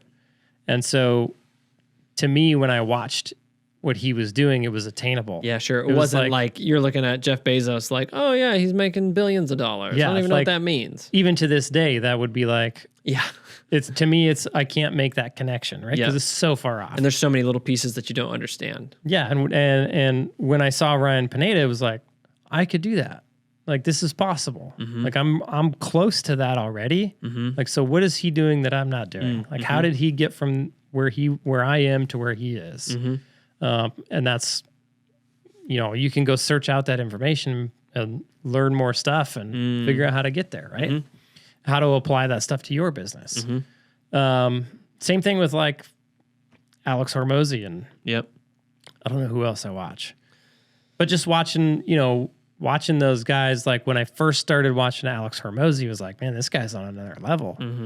But now that I've consumed enough, read his book and thought about it and applied it to my businesses, and over the past year, and I've learned all this information, I'm like, man, I could be there pretty quick. Yeah, sure. Like it's not that far off. Yeah. So definitely a good idea to go search out new information. And I think in that new information, you're just naturally going to get like mind unlocks.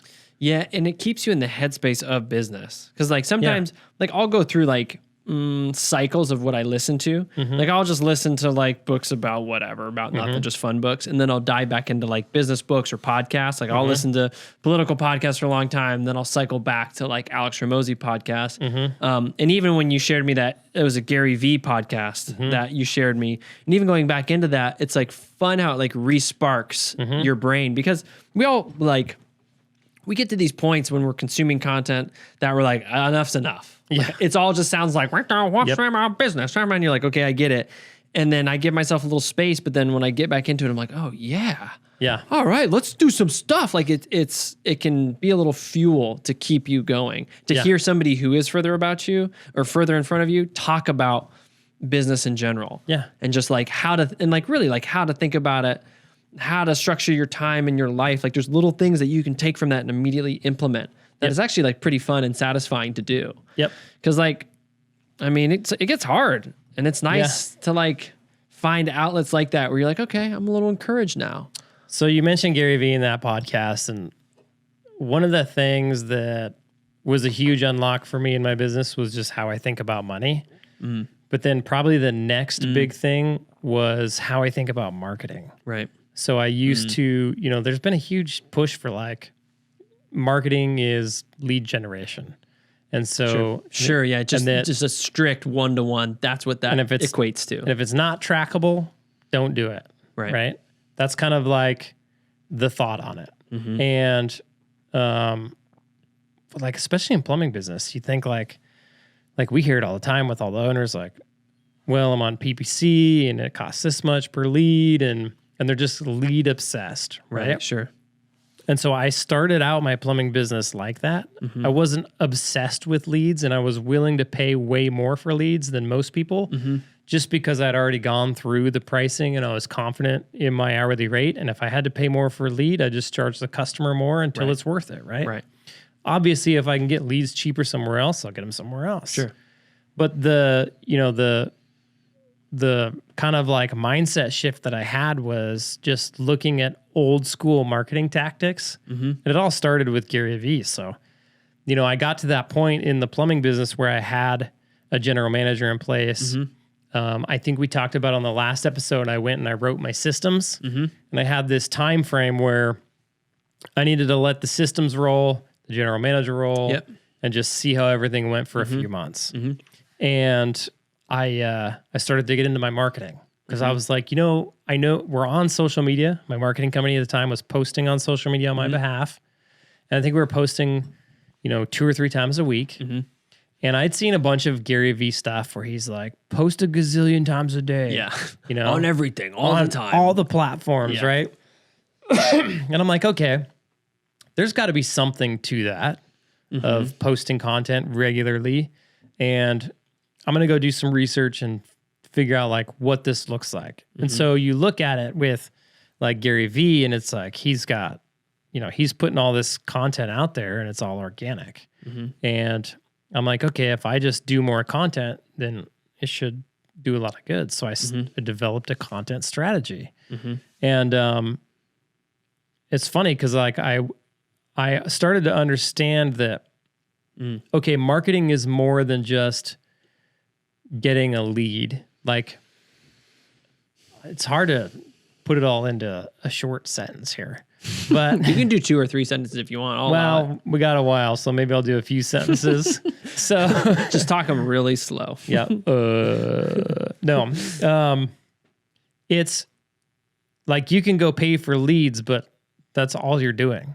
Yeah. It's a continual, hey, Google, I need another lead. Here's another couple $100. Right? Versus like at that point in time, we were paying a lot of money for leads. Sure. Right? And I was like, okay, I just sat down and I thought about it. If like old school marketing has always been like getting in front of eyeballs and getting people to know who you are. Right. And I just thought about it. Okay, I've got these people in my town. They need a plumber, and they're going on the internet and they're searching plumber. First of all, the only reason they would go to Google and search plumber or water heater or anything like that is if they didn't know who to call. Right. But if they knew who to call, they would likely just call you. Right. Second of all, maybe they didn't quite know who to call, but they knew who your plumbing business was and they knew a little bit about your plumbing business. Mm-hmm. Then when they go to Google and they search plumber and you have an ad there and they see you and they're like, oh, I know who these guys are. Mm-hmm. They're probably more likely to click your ad versus your competitors. Sure, of course. And give you a call, right? And when I started to like realize that, like I realized I was just paying for leads and some people in the community knew who I was, but not everybody. Right. And so just like my plumbing business can be better, like we can do better at this, just getting everybody to know who I am or who my plumbing company is. And it was cool because we developed this strategy of like, okay, I'm going to post a whole bunch. And then I realized when you post a whole bunch on social media, Google doesn't really show your posts to, not Google, but like Facebook, Instagram, TikTok, and YouTube. They don't really show your post to people in your local area. Right. They're showing that post to everybody in the world. Right.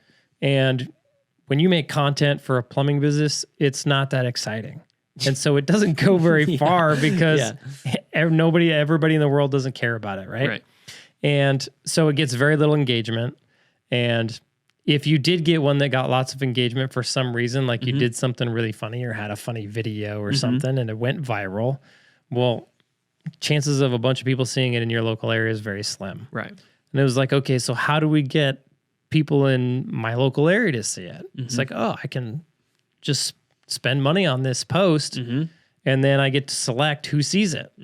I can see it. Only people in my area who own a home, I want them to see my content. And it was like, oh, dang. So now I have this opportunity on social media where we can start to educate people about who we are, what our logo looks like, what our colors are, what the textures are that are associated with our business. We can show them our 5-star reviews. We can start educating them on the services we offer. We can start educating on them why we're a better choice than everybody else. All through a matter of putting out content and lots of it, and then putting a little bit of money behind it. And then when I watched that podcast that I sent you the other day, it was like, Gary V got up in front of a bunch of plumbing business owners, Right. who are way ahead of the game. Plumbing business owners and other service-based businesses. I think Tommy Millo was there. Yeah. Guy from Next Gen Air was there. There was some heavy, like $150 million businesses. If Gary V, if you got an event and Gary V's talking to you, you're probably like $100 million plus business. Yeah. And he gets up there and he basically telling them to do what we've been doing in my business. And all those owners are confused. They're like, wait, what? Yeah. You're telling me to like stop worrying about lead gen and start focusing on organic? And he's like, no, not organic. Yes, you're posting organic, but you're putting money behind it.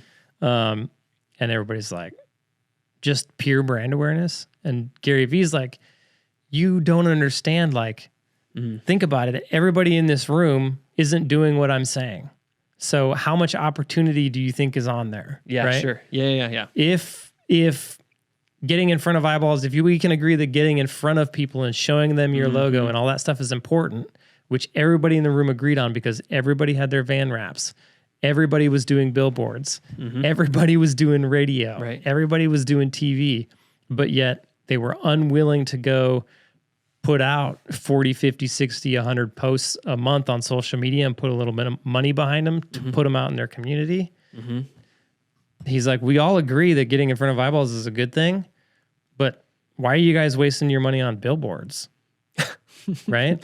Yeah. Like, I think somebody got up and said, what was it? It was like, this billboard, they tell me it gets 40,000 eyeballs. Yeah. And Gary Vee's like, do you know how they figure out that number? It's like, how many cars drive by times 7? He goes, out of the 7 people that they say are in that vehicle, one of them is driving. Guess what the rest of them are doing? Looking on their phones. They're looking on their phone. They ain't looking at no billboard, right?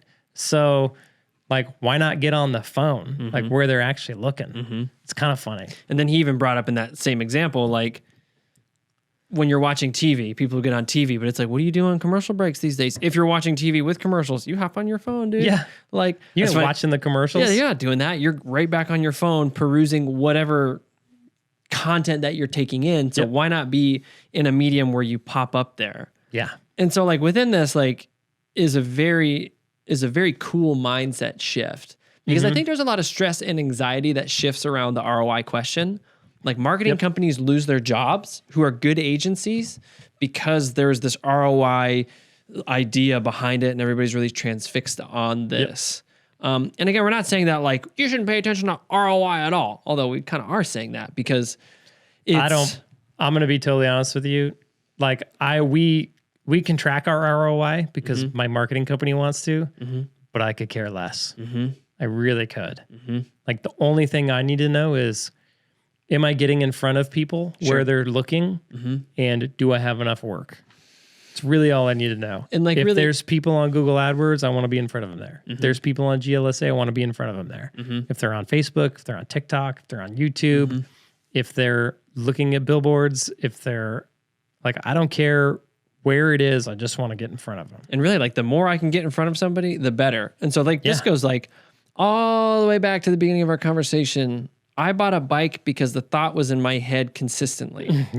And all it was is between one, I knew it was a good idea. Like, so it was all Jared, everybody. It was all Jared. I dropped the seed and then I just kept watering it, splashing it with some little driplets. Just slowly. And I mean, we can take that same concept and we can apply it to our businesses where it's like, if you put yourself out there and you just want to get in front of people, because that is like the fundamental idea of marketing to its core. It's the same thing. Like what you don't know kills you and limits you. And like, if a customer doesn't know you exist because they've never seen you, then they will never choose your business. If they do choose your business, one, you gave Google $200 and then boom, they chose your business because of that. But then chances are like this person, they have no reason to actually work with you. Because you're just like 100% first contact, it's just they know nothing about your business except for you were on Google and you have decent reviews. And that's like, it. Other than that, they have zero context about your business. Versus the customer who comes in, who searches you out, or even sees your ad and they've seen your stuff elsewhere, they have like way more context. So like our customers now, because of what we've put out on social media over the last couple of years, have a much better understanding of what it is that our business does, what it is that our business offers, and what they're actually purchasing when they buy from our business. And so they come to our business with preset expectations of what we offer. And when we go to their house and we fulfill on those preset expectations, they're very happy customers. And so 1-star reviews go down, 5-star reviews go up, right? To me, it's like a magical unlock of like, it's like the world's best kept secret for today. For service businesses specifically. Oh yeah. Because nobody's doing it. No, because there's always this question of, well, if I can't see the results tomorrow, then why would I put my money into it? And this goes back to the education thing as well, where it's just like, well, why would I spend my money in education? Because if I don't, I could put that money into this other thing where I would see results immediately. And it's like, okay, but we're not talking about the results tomorrow. We're talking about like, be it education or investing in your branding. Like these are like long-term results that you want, because at the end of the day, you want to get to the point, and everybody does, where at least their business is paying everybody's bills very well. And then probably to the point where you can sell your business or give it to your kid or whatever. But that is only possible if you are comfortable spending money on things that just get in front of people consistently, and you are spending money on education so that you can even see the value in that. Because I would say if you don't see the two values in education and getting in front of people consistently, you will have an incredible limiting belief, and it will be very difficult for you. Yeah, I would say that's probably the two most important things is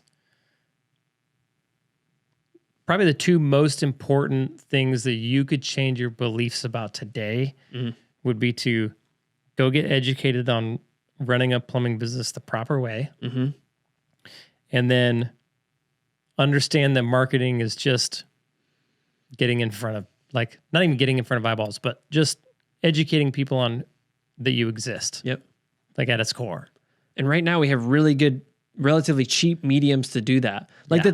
the thing that we see within our social media company is those prices are always like, those prices never go up, but Nope. the same amount of people see the ads, Yep. and then that fluctuates up and down, but never like crazy. Nope.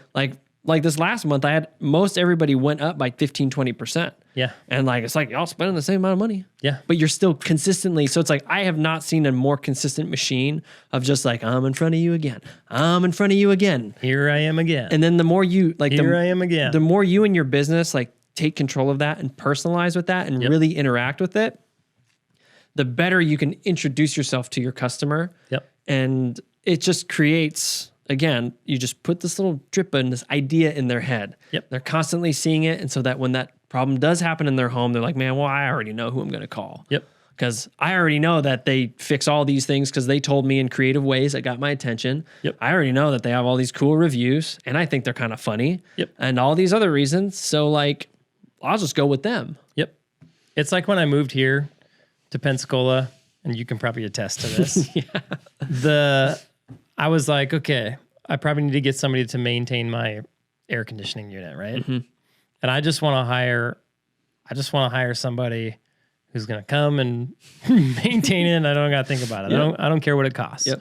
So if you're the most expensive, don't care, whatever. It could be 10 grand a year. I wouldn't care. Yeah. As long as it was easy, right? Yeah. And so I'm like, okay, I don't know who to call. Well, to this day, I've been here for a year and a half, and I only know to call one company. One. Mm-hmm. To me, that's ridiculous. Mm-hmm. And the only reason I know to call that company is because I've seen their billboards. Mm-hmm. I've seen their truck wraps. I've seen their social media content. And I think that's about all I've seen them. Mm-hmm. But I've actually seen them probably, I've seen them a lot. Mm-hmm. So I've seen their social media stuff a lot. I've seen their billboards a lot. And I see their vans a lot. Mm-hmm. And between those 3 touch points, I've remembered their name, and I know that they offer air conditioning maintenance. Yep. I have not seen that from any other company in town. Mm-hmm. Now, I can go on Google and search, and I've done this. I've gone on Google and I've searched for air conditioning companies, and there's a ton of them. Yep. But yet the only one that's spending money on reaching out to be known is this one company. Mm-hmm. It's crazy. Mm-hmm. Who am I going to call? I'm going to call that company. Yep. Because they've already put it in my head that they offer what I need. Mm-hmm. They do a really good job, Mm-hmm. and they're going to get here quickly, and they're going to make sure I'm taken care of. Mm-hmm. And that's what I want.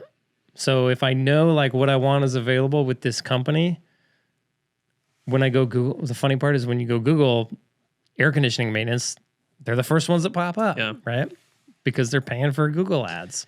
And like typically like knowing what we know, we look for those companies in all service because we know that, well, if they're running it that way, they're going to provide a better service. Yeah. Because you can't run your business doing those things and like be dirt cheap, not provide a good service. Exactly. So it's like, if I see that you don't have a van wrap and I'm already like, nah, man, you're already off. Or like, Yeah, dude. like I wanted somebody to do my patio, and it was like, we didn't know who to call. Mm-hmm. And you could search patio, and like nobody was serving ads for it. Mm-hmm. We didn't know it was called, I can't remember what it's called. It's called like hardscaping or something like that. Yeah. We had no idea. And my wife ended up calling like some company who sells the bricks and getting a recommendation. Yeah.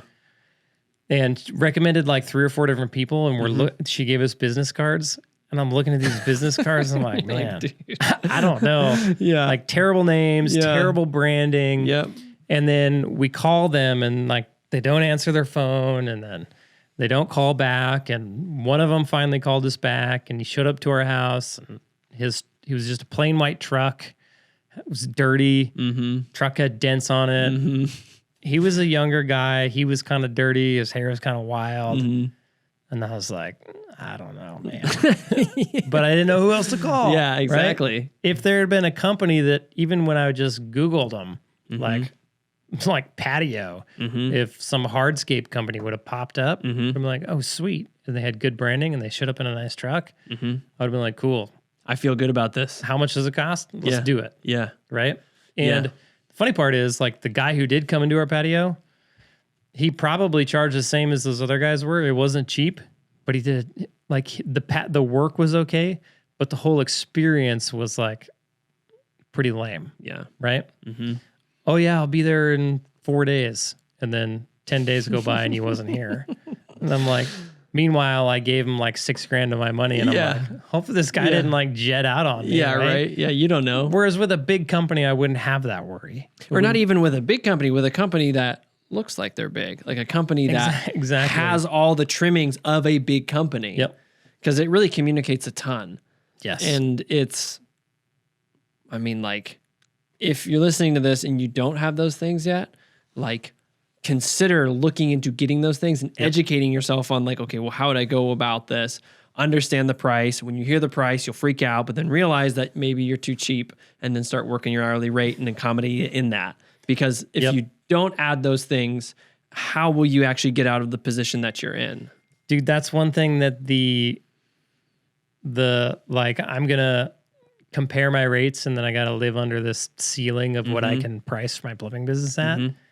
Like, we know you're there when you're like, I tried Google ads, but they're way too expensive. Yeah. Or, man, I wanted to rebrand with Kickcharge, but they want like 10 grand or 15 grand. I wanted to hire this marketing company, but they wanted like $3,000 a month just to be on with them. Right. Like, that's how you know you're too cheap. Yeah. Yeah. If you're asking or if you're finding yourself saying those things, like, what you really should be saying is, okay, Google ads cost this much, marketing company costs this much, you know, rebranding costs this much. How much do I need to charge the customer to be able to afford all this stuff? Right. Because that stuff is stuff you need to, like, you most likely already know you need to do it, and you're not doing it because of the price, means you're too cheap. And you need to start thinking about it differently. Yep. Not how can I build a business under this false ceiling that doesn't even really exist. Yeah. and more of like, okay, I know I need to do these things. How much do I need to charge to be able to afford to do these things? Yes. Right. Yep. That's a big mind unlock. Yeah. And it's interesting because it's like, you know, we'll hear those comments of like, oh, this is too expensive to do this. And it's just like, well, people are using those services, or those services wouldn't exist. Exactly. Like, it's not like you're the only one. Everybody for PPC is paying $4 per lead. It's only you who's paying $200. Like, everybody's doing it. Everybody's paying the same amount. Like, the cost to do your business in your area is the same for the next guy. Yep. And so when you see the big guys rolling around with their stuff and they're more expensive, it's because they have all those things that you don't have. Yeah. But they're like, what's going on is they're just ripping people off. Yeah, they're like $400 an hour. Yep, there's a reason they're $400 an hour. Yeah, because that's what it costs them to do business. Yeah, because they make a profit margin. Because they're like, well, yeah, because and it'd be funny because it's like, you're ripping people off. And they'd be like, well, no, because PPC ads are this. And you'd be like, yeah, and they're like, yep. And I had to have a marketing company on retainer, and you're like, yeah, yeah, and you'd connect with them, and be like, yeah, I'm trying to do all those things too. And then they're like, how do you think I got to pay for it? Yeah, And you're like, oh. Interesting. Like, okay. Yep. It's kind of funny. Yeah. And like, if you're in an area where you don't see a ton of van wraps, then like, notice that, like what Gary Vee was saying about just social media marketing and social media branding, or just branding in general, like, dude, there's a huge opportunity for you to see like a real impact just by starting to brand yourself with a van wrap and having a good website and all these things. Like, because again, chances are, if they're not doing van wraps, they don't have a real marketing company. They're not really doing social. They're not providing enough value to the customer. Yep. Like, that's just, you can see it. Yep. And then even if you do, because I had a conversation with a guy today, and his sort of concern was, everybody in my market, like, well, not everybody, but there's big companies who are doing all the things. Yeah. And this was about our course that you guys are teaching in your course. Like, how am I going to differentiate myself?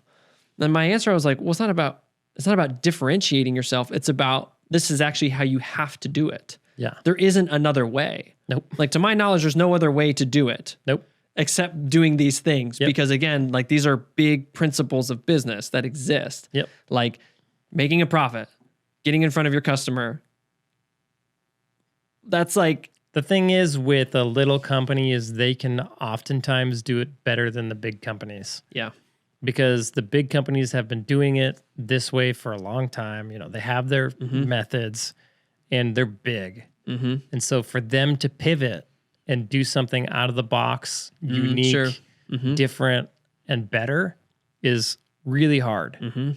For you as a small business owner, it's very easy. And there's tons of opportunity, right? Social media is a prime example of that. The big guys, they're not doing it. Especially franchise guys. Yeah, they don't understand it. So if you can go in and just do marketing a little different, a little better, just differentiate yourself in that one spot, right? Then you can take a considerable amount of market share and grow a multi-million-dollar plumbing business. And it's not that you need to differentiate yourself on like the way that you do business, but you can differentiate yourself on just the personality of your business. Yeah, totally. You can differentiate yourself on the personality of your marketing, how you answer the phones, like the personality of the phone. It's not like you have to, like he's probably thinking like they're already doing all this stuff, so I need to be cheaper than them. Like I need to differentiate on price, but you don't have to. Like just the fact that like if Joel went and built a plumbing business and I went and built a plumbing business and we all both followed the exact same method, we're going to end up with two very different plumbing businesses. Different cultures and like different values to some extent. And we're going to offer slightly different service experiences still while being excellent. Yeah. And still while following all the core principles of a successful plumbing business. Yeah. And what I told him also is like, listen, like all these companies, because he was in a big market too. So it's like all these companies are going to have customers who maybe they didn't have great experiences, or maybe those companies couldn't even get to those customers. And so that you can rise up and be like, hey, I'm also a great option. And then you can take market share by being a great option. And it's, again, it is so much better for communities to just have businesses that are run well. And like, again, the more plumbing businesses that are actually charging properly and operating well, it's just better for everybody. Like the plumbing businesses win, the customers win. Like if I had like 6 or 7 van wraps rolling around Pensacola, I'd be like, this is cool. I get to really decide like who is really going to win my attention and win my business. Here's the other thing though. Like what that guy doesn't realize is he's got all these big competitors. They're big because there's a huge demand in his market. Yeah, true. And the ability to supply that demand right now is limited by technicians. So you could have everybody with awesome brands and huge marketing budgets and charging a lot, and they're all going to have enough work. Like just in the fact that like if this company was the only company in town, they're not going to be able to get to everybody. Right. So then this company pops up. Well, there's both of them together. They're still not going to be able to get to everybody. Right. And I don't see until the supply of service technicians gets solved, I don't think that's going to go away. Yeah. There's such a huge lack. Like I bet you those big companies get swamped at certain times of the year. And they literally can't keep up with all the work. What does that mean for you? There's still room in the market for you, even if you're doing the exact same thing they are. Right? There's market for them. There's market for you. Yeah, sure. Yeah. Okay, Jared, wrap it up for us. Yeah, protect your mind. Don't listen to your family. Unless they're actually helpful. Continually seek out new ideas and new ways of thinking. Always be striving to get better. Raise your prices, as always. Eyeballs are very important. Be willing to invest in marketing. Offer a good service. Like if you do those 3 things, invest in marketing, raise your prices, offer a good service, you're pretty much set. Yeah. It's really what it boils down to. Cool, man. Cool, man. Thanks. Catch you next time. See you, Holmes.